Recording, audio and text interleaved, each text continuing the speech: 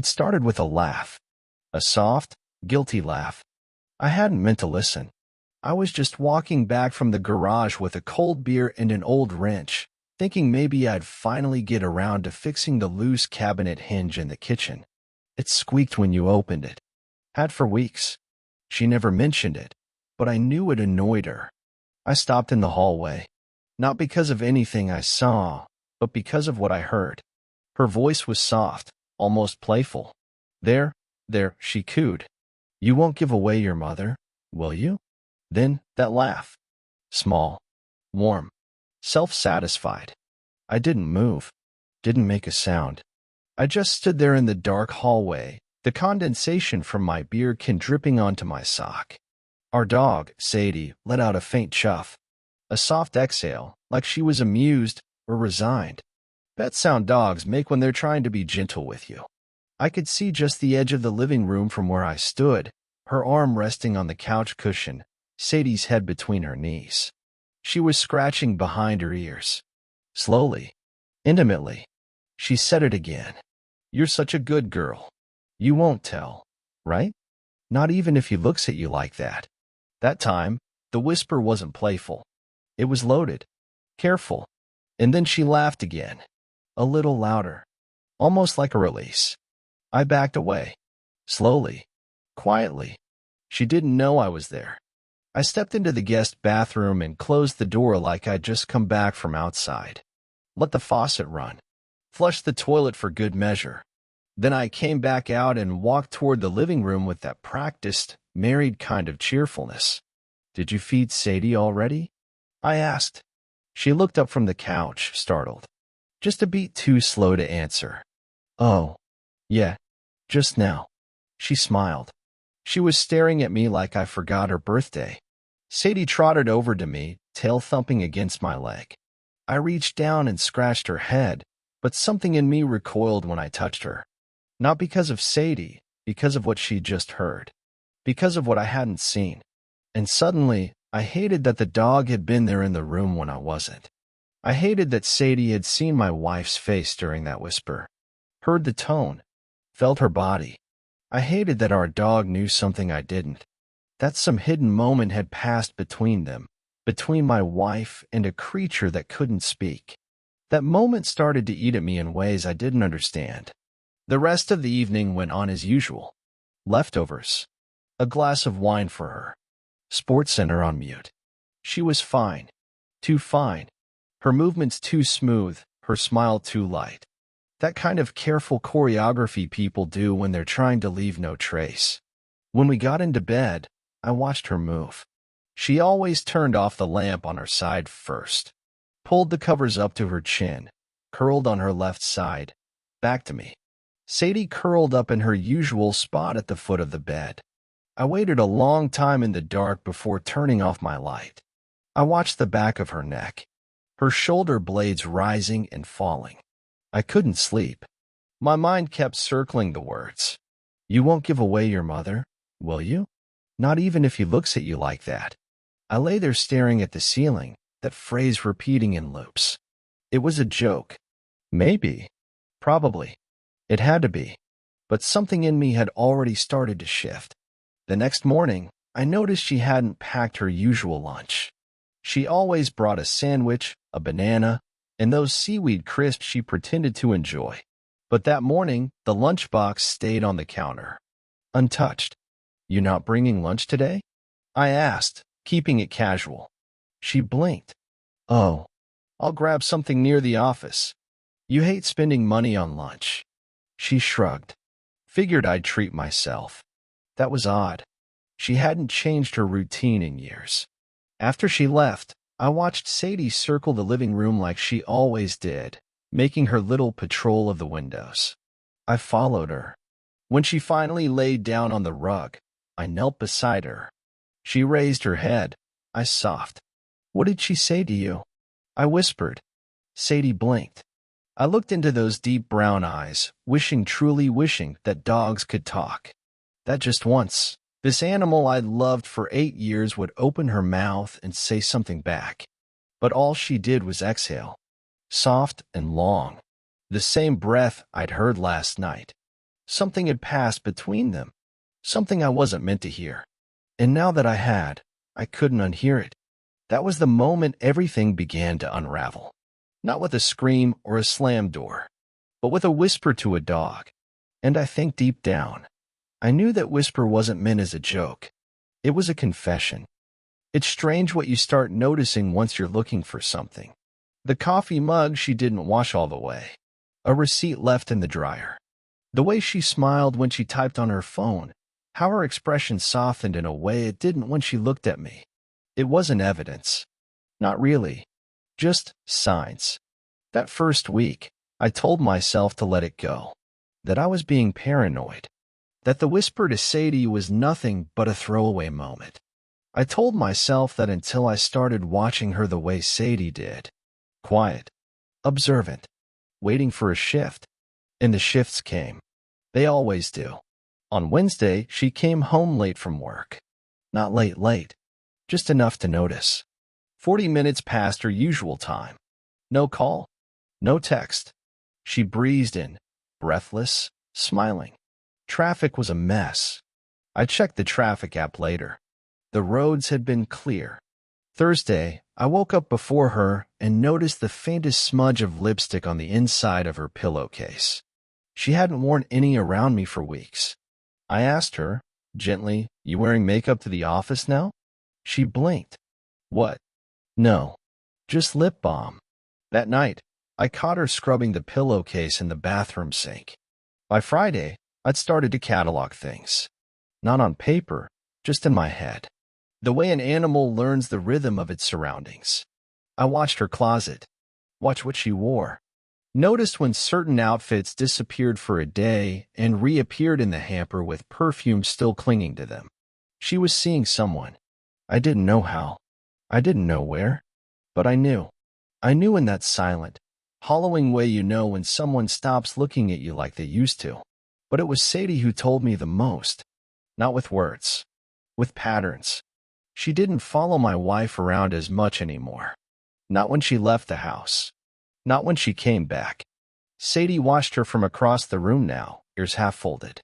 She'd wait a beat longer before approaching. Almost like she was uncertain. Like she wasn't sure what version of her was coming home.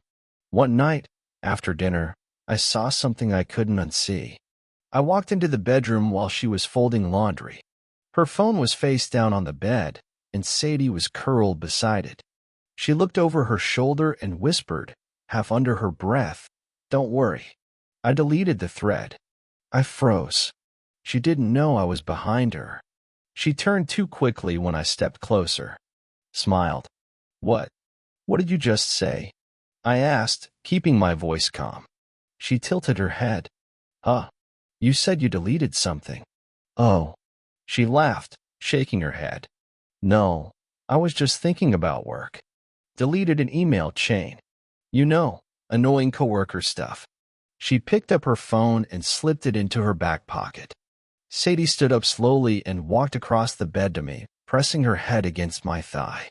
Later that night, I looked at my wife's reflection in the mirror as she brushed her teeth. She met my gaze and smiled, foam at the corners of her mouth. "What?" she said. "Nothing." But it wasn't nothing. It was everything. Because something had cracked. Not a big break. Just a tiny fracture. But I could see through it now. That weekend, we went to a friend's baby shower. One of those dull, over-decorated afternoons filled with pastel napkins and tiny cupcakes. My wife flitted around like always, smiling, hugging, telling inside jokes I wasn't a part of. I stood near the buffet with Sadie curled up beneath the table, watching her the whole time. I saw her step outside twice to take phone calls. I watched her touch her neck both times. That little gesture she used to do only when she was nervous. Or lying. On the drive home, she hummed to herself. Rolled the window down and let the wind play with her hair like it was just another day. Her phone buzzed twice in her lap, and she didn't flinch. I glanced at the screen. Just a name. R. No last name. Just a single letter. She clicked the side button quickly and said nothing. That night, I lay in bed staring at the ceiling again. Sadie beside me on the floor. The room was quiet except for my wife's soft breathing beside me. I leaned over the bed and whispered to Sadie, "Tell me I'm wrong." She shifted slightly, then stood and climbed into the bed, curling between us the way she did when storms hit. My wife didn't move. The next morning, I started planning. Not for a confrontation. Not yet. Something colder. Slower. The kind of truth that waits. I borrowed an old phone from a drawer. One she hadn't touched in years. Factory reset. Bought a new SIM card in cash. Kept it in the garage. And then I began watching her for real. What she wore. What she said. What time she came home. And what she whispered when she thought no one was listening. Because now I wasn't just suspicious. I was certain. It took 2 weeks to find the first real crack. Up until then, it had all been patterns and hunches. The kind of gut feelings you can't exactly prove. A changed routine. An unfamiliar scent. A whisper to the dog. But I needed something harder. I started by watching her car. She drove a silver Mazda hatchback, clean, practical, forgettable.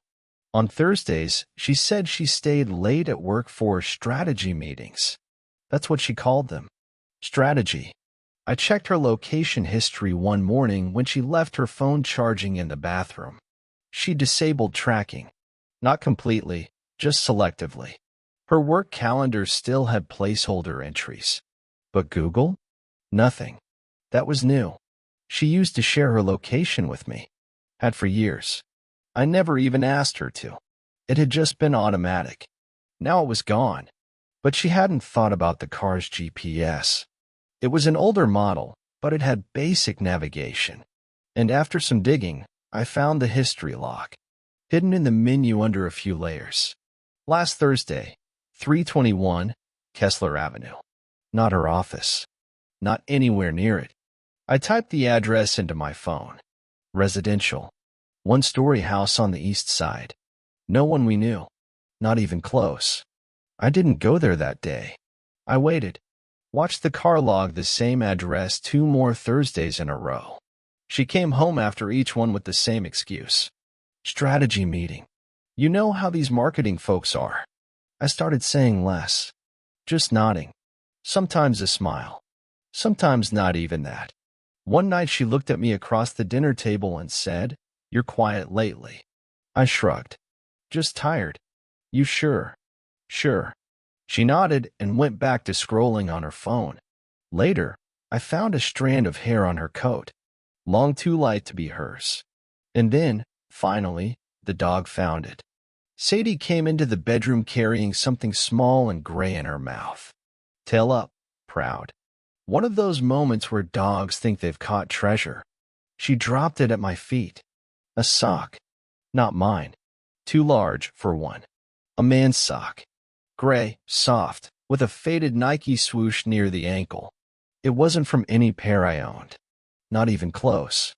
I stared at it for a long time. She'd been home an hour already.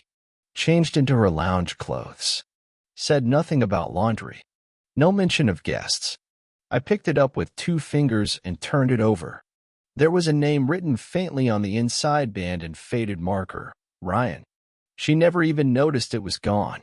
That night, I put it in a Ziploc and slid it behind the false panel in the back of my toolbox in the garage. One piece. One thread. But it was hers. And she'd missed it. The next Thursday, I followed her. Not directly, I'm not an idiot.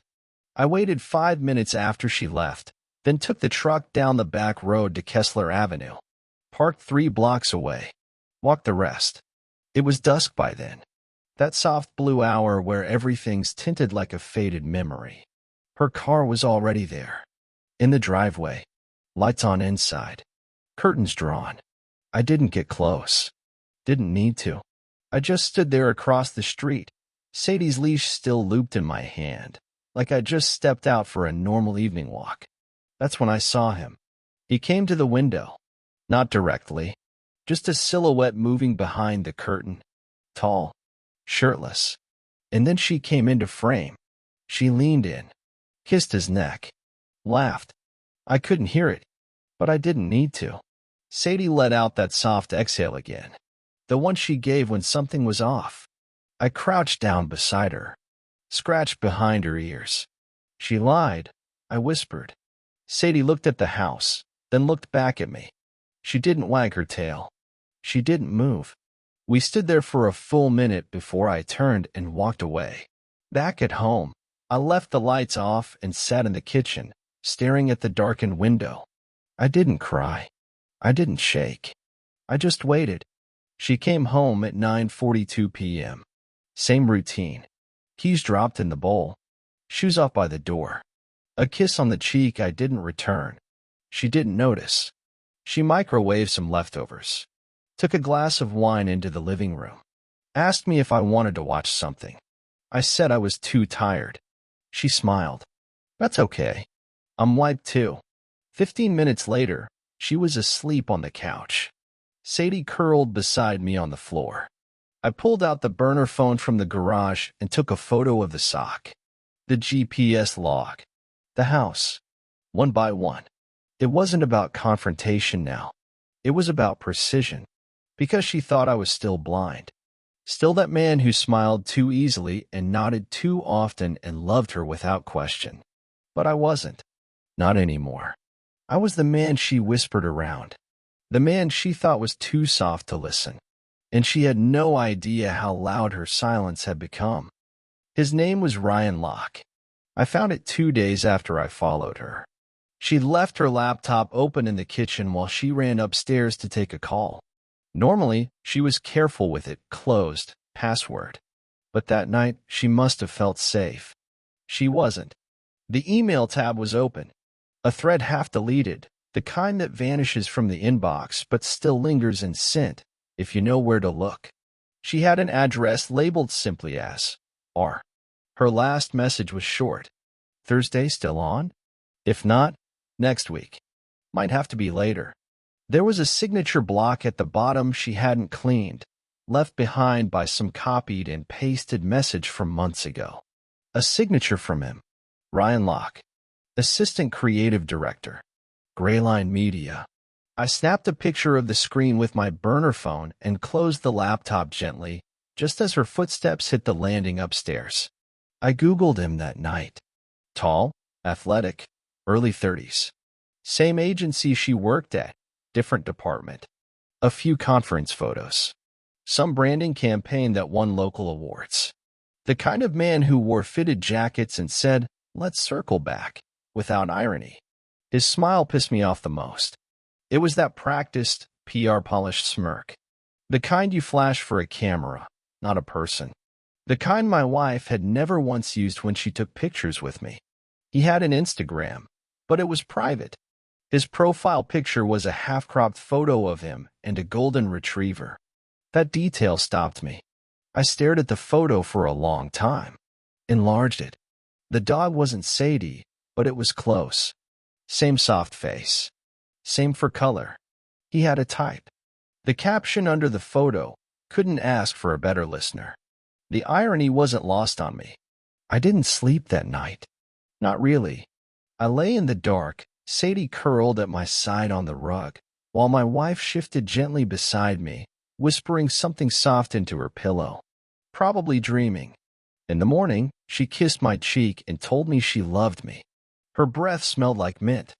Her fingers lingered too long on my shoulder. I didn't answer. I just reached down and scratched Sadie's head. A few days passed. I didn't confront her. I didn't say a word. I watched. Waited. Then something unexpected happened. Ryan messaged me. Not directly. He didn't know who I was. He posted on a local neighborhood group under his full name, looking for volunteers for some community event, an outdoor art exhibit tied to the agency. I joined the group, made a fake account, commented under the post. We started messaging. I was careful, casual. Said I was a designer looking for local work. Asked him if his agency needed help on small projects. He said maybe. The tone was smooth, friendly, like he knew he was good at this. Then I asked, offhand, "You seem familiar. You live over on Kessler?" He replied, "Haha. Yeah, busted. That obvious." That was it. No denial. No hedging. He lived at the house. And he was comfortable enough to joke about it. I dug deeper. Started asking around anonymously in design forums. Grayline had a reputation, creative, fast-moving, cliquish. Affairs weren't uncommon. They had nicknames for certain couples, presentation partners, conference companions. One name came up in a thread. Not mine, not my wife's, but Ryan's, and hers. Her full name. One comment said, "They've been joined at the hip since the Portland event." Per guy at home probably doesn't know. My stomach dropped. Portland was last year. A trip she said was too boring to bring me along. 12 months. They'd been at this for 12 months. I stood in the kitchen, staring at the window above the sink. It was starting to rain. That quiet drizzle that makes everything sound farther away than it is. Sadie walked up and sat beside me. Looked out the same window. Her reflection hovered beside mine. And then I whispered, "You knew first." She didn't move. But something inside me did. I started building the timeline. Piece by piece. Portland. The missed anniversary dinner in April. The networking drinks that turned into overnight stays. The birthday gift she gave me, generic, impersonal, still in the Amazon box. The way she started calling Sadie her girl more often, as if drawing new lines. It wasn't just an affair. It was a replacement. A quiet one. A gradual one. She was reconstructing her life inside the house without ever leaving it. And I hadn't noticed. That night, I printed out the sock photo. The GPS address log. The email thread. The Portland conference flyer with their names listed side by side. I folded them into an envelope. Wrote one word on the front. Why? Then I slid it into the drawer by her nightstand. The one she used for her jewelry. The one she never locked. And waited. She found it the next morning. I was in the kitchen pouring coffee when I heard the pause, the silence that follows a breath held too long. The sound of paper unfolding. Of a truth you can't fold back up. She didn't call my name. She just came down the stairs slowly, like every step was a decision. Her voice was quiet. Measured. Where did you get this? I didn't look up. Which part? She didn't answer right away. Just walked to the table. Set the envelope down in front of me. Her hands didn't shake. That scared me more than if they had. You've been going through my things? You left them out. She sat, crossed her legs, tapped one finger on the envelope like it might still be warm. So this is, what? Your trap? You're trying to catch me? I stared at her. I didn't try. I did. She looked at me then, really looked. And there was something in her eyes that startled me. Not guilt. Not panic. Relief. And that's when I realized. She wanted me to find it. She'd been waiting for this. You knew, I said slowly, that I'd figure it out. She nodded once. Eventually, yes. My stomach twisted. So you didn't hide it better on purpose? No, she said. I just got tired. We sat in silence. Just the low hum of the fridge between us. Sadie lay at the edge of the kitchen, watching us both. She didn't get up. Didn't move. My wife folded her hands on the table. Do you love him? I asked. It was a simple question. Too simple. She blinked. It's not like that. That's not an answer. I don't know what it is. She exhaled. It started small. After Portland, I didn't plan for it to go anywhere. He just listened. Made me feel like I could breathe. You could have told me. She tilted her head. Would you have listened? I didn't answer. Because maybe I wouldn't have. Maybe I would have just tried to fix it. To solve her like a problem. Like a squeaky hinge or a slow draining sink. So this was what? I asked. An escape plan? It wasn't a plan, she said. It just kept happening. And then it became too late to untangle it. No, it wasn't too late. You chose not to. Her jaw clenched. She looked at Sadie, then back at me. You were always looking at the dog. I stared. What? Whenever you were upset. You wouldn't talk. You'd pet her. Stare at her like she was your translator. My breath caught in my throat. You told her everything, she said, voice flat. But never me. That made something inside me flare: rage, confusion, grief. I stood too fast. The chair scraped hard against the tile. Don't you dare put this on me. I'm not, she said quietly. I'm just saying. We both stopped speaking the same language a long time ago. I didn't say anything. She stood, picked up the envelope, pulled the sock out and stared at it like it belonged to someone she barely remembered. I'll go stay at my sister's, she said. For how long? I don't know. She walked to the door, slipped on her shoes. But just before she left, she knelt beside Sadie and whispered something. I couldn't hear it. I didn't ask. She kissed Sadie's head and stood. Don't be cruel, she said to her. Then she walked out. The door closed. The silence fell. I stood there alone in the kitchen, hands shaking, mouth dry. The coffee had gone cold. Sadie looked up at me, quiet, steady, and I hated that she'd heard it all before me, that she'd been the confidant, the listener, the secret keeper. I sat on the floor beside her. I would have forgiven her, I said aloud, if she'd just told me, if she'd given me the truth instead of a whisper. Sadie rested her head on my knee.